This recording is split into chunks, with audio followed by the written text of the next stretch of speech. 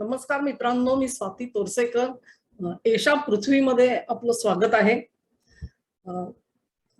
गेल्या एका एपिसोड मध्ये मी उल्लेख केला होता की इथून पुढे जगाचे व्यवहार जे आहेत ते पेट्रो डॉलर्सच्या ऐवजी पेट्रो युआनकडे झुकतील का, असा एक विषयाला मी सुरुवात केली होती. आणि आज त्याची थोडीशी पार्श्वभूमी जी आहे ती आपण बघणार आहोत. मुळात पेट्रो डॉलर म्हणजे काय, ही जी संकल्पना आहे ती थोडीशी मी आज विशद करायचा प्रयत्न करते. जगामध्ये आजच्या घडीला सुद्धा डॉलर हेच एक सर्वात महत्वाचं चलन आहे असं समजलं जातं. आणि अनेक देश आपलं चलन त्याचा विनिमय करायचा झाला तर डॉलरमध्ये त्याची किंमत किती आहे हे जाहीर करत असतात. आता ही परिस्थिती कशी आली, आपल्याला माहिती आहे की तुम्ही कोणतीही आपल्याही देशामधली जर का चलनाची नोट घेतली तर त्याच्यावर एक छापलेलं असतं की अमुक इतक्या किमतीचं सोनं देण्यासाठी मी बाध्य आहे, असं ते रिझर्व्ह बँकेचे गव्हर्नर जे असतात ते त्याच्यावरती आपल्याला एक वचन देतात की समजा तुम्ही 100 रुपयाची नोट घेऊन जर का बँकेत गेलात तर तुम्हाला 100 रुपयाचं सोनं देण्यासाठी आम्ही बाध्य आहोत. ह्याचा अर्थ असा की तुमचं जे चलन आहे ते सोन्याशी जोडलेलं आहे, सोन्याच्या किमती असतील किंवा अन्य गोष्टी. त्यामुळे पूर्वीच्या काळचा प्रघात असा होता की प्रत्येक देश हा आपल्याकडे सोन्याचा साठा किती आहे आणि त्याच्या किती प्रमाणामध्ये बाजारामध्ये चलनी नोटा आणाव्यात त्याचं एक गुणोत्तर ठरवलेलं होतं, ज्याच्यातून अर्थव्यवस्था ही बिघडणार नाही, तिचं आरोग्य सुदृढ राहील अशा पद्धतीने हे गुणोत्तर राखून ठेवण्याचं काम जे आहे ते प्रत्येक देश करत होता. अमेरिकेच्या बाबतीत सुद्धा हे खरं होतं. अमेरिकेकडे सुद्धा सोन्याचे भरपूर साठे होते. पहिल्या महायुद्धामध्ये आणि दुसऱ्या महायुद्धामध्ये, या दोन महायुद्धांमध्ये अमेरिका स्वतःकडची शस्त्रास्त्र आणि अन्य सामग्री ही युद्धामध्ये गुंतलेल्या अनेक देशांना निर्यात करत होती. पण त्या निर्यातीच्या रूपामध्ये त्याची जी परतफेड होती, त्याचे पैसे वसुली जी आहे ती वसुली त्यांनी कधी चलनी नोटांमध्ये न घेता ते सोन्याच्या रूपाने घेत होते. आता सर्व देश जे होते त्यांना अमेरिकेचं तंत्रज्ञान असेल किंवा त्यांची जी चांगली उत्पादनं होती त्यांच्यावरती त्यांचं युद्ध आणि त्यांचं भवितव्य अवलंबून असल्याने त्यांनी हा व्यवहार स्वीकारला होता. परंतु हळूहळू करता करता या स्वरूपाच्या व्यवहारांमुळे जगामधला सोन्याचा साठा जो आहे त्याचा ओघ सगळा अमेरिकेकडे वळला. परिस्थिती अशी आली की साधारण 1931च्या दरम्यान ब्रिटननी जाहीर केलं की आमचं जे चलन आहे ते आम्ही आता सोन्याशी बांधून ठेवणार नाही. यानंतर सुद्धा हा जो ओघ चालू राहिला तेव्हा एक परिस्थिती अशी आली की त्या देशांमध्ये सोन्याचा साठा जो आहे तो उचित प्रमाणामध्ये ठेवणं हे त्यांना मुश्किल व्हायला लागलं. कारण तोही सोन्याचा जो राखीव साठा होता तोही अमेरिकेकडे त्यांना पाठवावा लागत होता. आणि मग जसं आपल्याकडे लिहिलेलं आहे की बाबा 100 रुपयाची नोट तुम्ही घेऊन आलात तर त्या किमतीचं सोनं तुम्हाला दिलं जाईल, अशा पद्धतीचं जे वचन होतं ते वचन त्याही देशांमध्ये त्या सरकारांना पाळणं कठीण होणार होतं. म्हणून मग त्यांनी त्यातून मार्ग असा काढला की आपलं जे चलन आहे ते सोन्याशी निगडीत न ठेवता ते डॉलरशी निगडीत ठेवावं.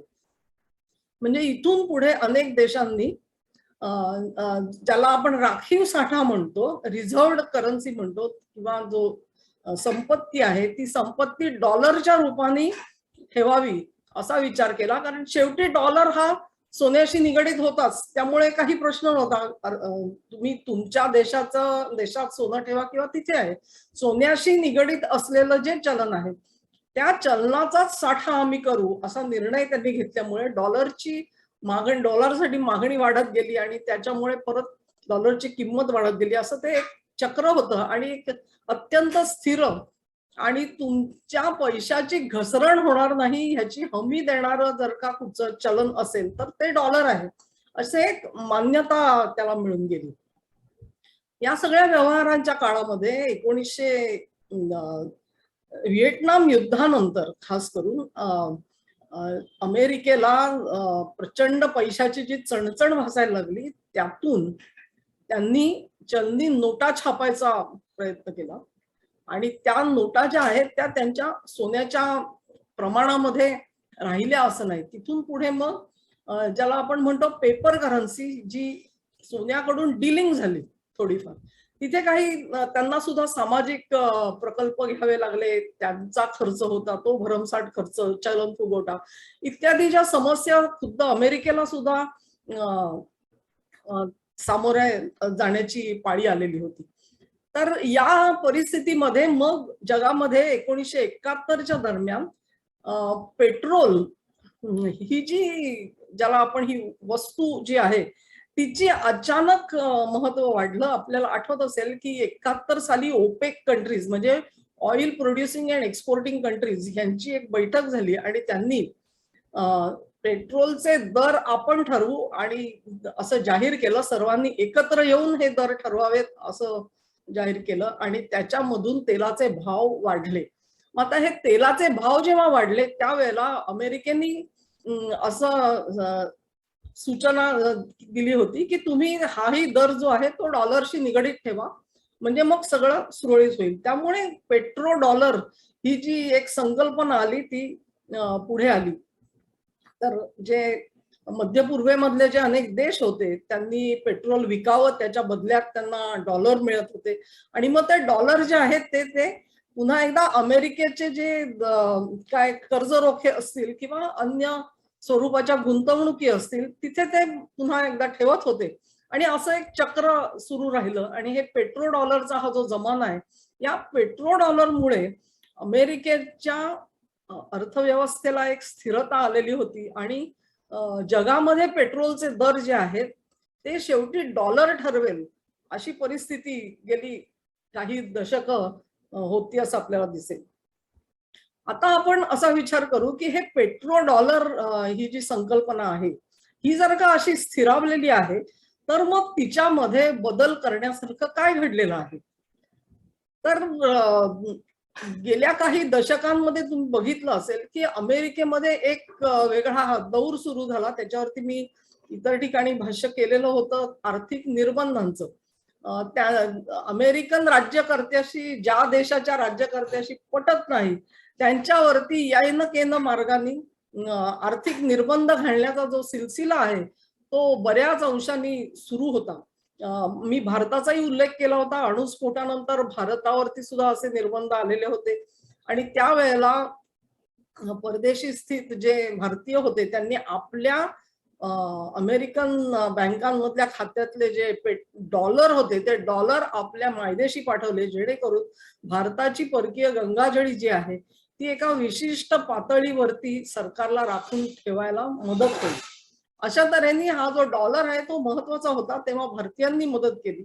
अन्य देशातही थोड्याफार प्रमाणात अशी मदत होत असेल, परंतु जितका चटका चिमटा भारताला बसला नाही तेव्हा तेवढं प्रत्येक देशाचं तसंच होतं असं नाहीये.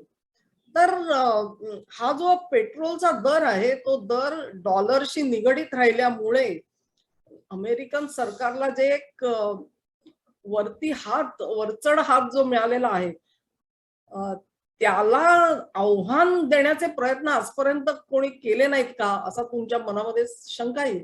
आणि अशा पद्धतीचे प्रयत्न करणारे दोन राज्यकर्ते होते. त्यांचं नाव मी सांगेन. एक होता सद्दाम हुसेन आणि दुसरा होता लिबियाचा गद्दाफी. ही दोन्ही जर का राज्यकर्त्यांकडे आपण बघितलं तर त्यांची जी राज्य करण्याची जी शैली होती किंवा त्यांचे अन्य इतर विचार असतील काही असेल त्याच्याकडे बघता त्यांना ही जी मोठी त्यांनी अरे तू अशी हिम्मत केलीच कशी, म्हणजे म्हणतात ना की मांजराच्या गळ्यात घंटा बांधणार कोण.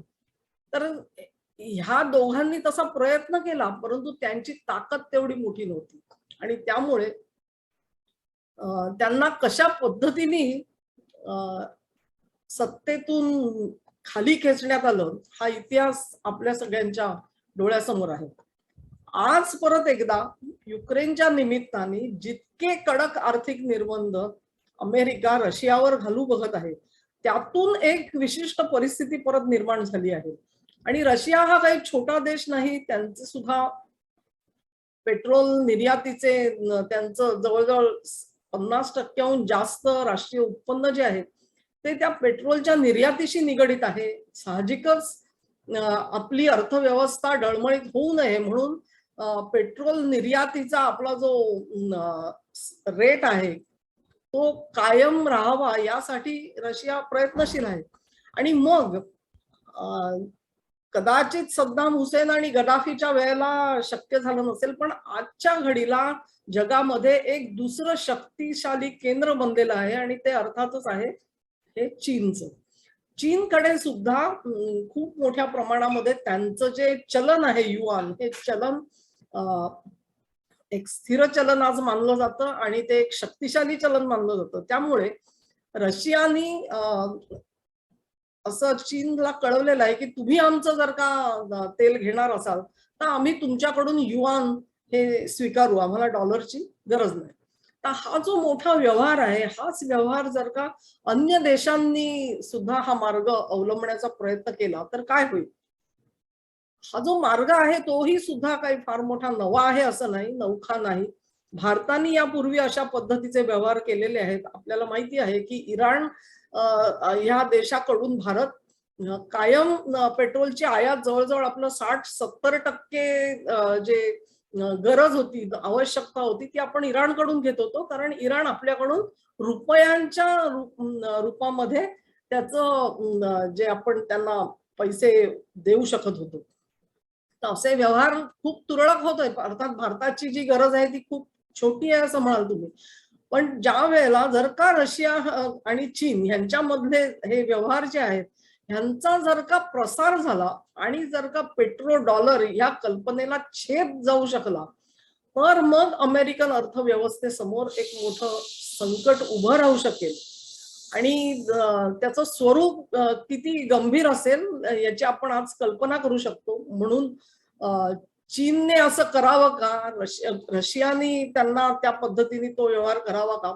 रशियाच्या बाबतीत मी म्हणेन त्यांच्या अस्तित्वाचा प्रश्न आहे, ते तसा प्रयत्न करणार. चीन देखील म्हणू शकतो की त्यांच्याही दृष्टीने अमेरिकेचा रोष जो आहे तो वळलेला आहे, त्यामुळे तेही कदाचित उत्सुक असतील. रशिया स्वस्त तेल द्यायला तयार आहे आज, त्यामुळे भारत सुद्धा त्यांचं तेल घेण्यासाठी आज तयार झालेला आहे. म्हणून एक परिस्थिती युक्रेनच्या युद्धामुळे अशी अनुकूल परिस्थिती निर्माण झाली आहे की पेट्रो डॉलर हे सामर्थ्यशाली जी संकल्पना आहे त्या संकल्पनेला आव्हान मिळेल का? आणि हे आव्हान या वेळेला एकट्या सद्दाम हुसेन किंवा एकट्या गडाफी सारख्या छोट्या राज्यकर्त्याकडून नसेल तर एका देशाच्या समूहाकडून जर का असं आव्हान आलं तर मग त्याचा सामना अमेरिकन सरकार कसं करेल हे बघण्यामध्ये खूप रस असेल. भारताला या सर्व ह्याच्यामध्ये अर्थातच रस असणार आहे आणि किंबहुना जगामधल्या प्रत्येक देशाला स्वारस्य असेल. त्यांचा जर का त्यामध्ये देशहित पाळलं जाणार असेल तर सगळेजण उत्सुकता दाखवतील. तुमच्या आमच्यासाठी जर का पेट्रोल स्वस्त होणार नसेल तर आपण का त्याचा स्वीकार करणार नाही असाही विचार करा. बघूया या सर्व संकल्पनेचं काय होतं आणि दोन्हीकडचे लोक कुठली बाजू आपलं म्हणणं पुढे रेटण्यामध्ये यशस्वी होते याच्यावरती हे सर्व अवलंबून आहे. ह्याच्याशीच निगडित असलेला एक जो प्रश्न आहे तो आहे इराणच्या अण्वस्त्रांचा आणि त्यांचा काय घनिष्ठ संबंध आहे ते मी दुसऱ्या एका एपिसोडमध्ये तुमच्याकडे विशद करीन. धन्यवाद.